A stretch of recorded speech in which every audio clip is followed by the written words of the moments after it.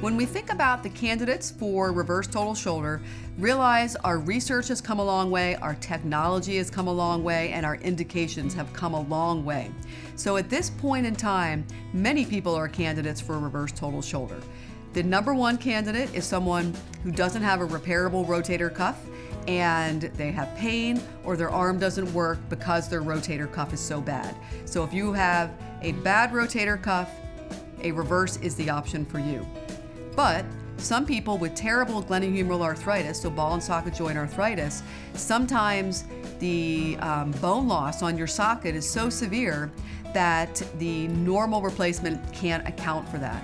The reverse total shoulder allows us to deal with bone deformities, bone loss, very effectively. We have custom implants that we now make.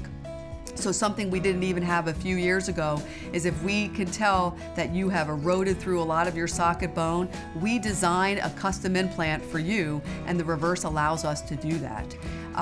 If you have a really bad shoulder fracture, the reverse is the right option for you.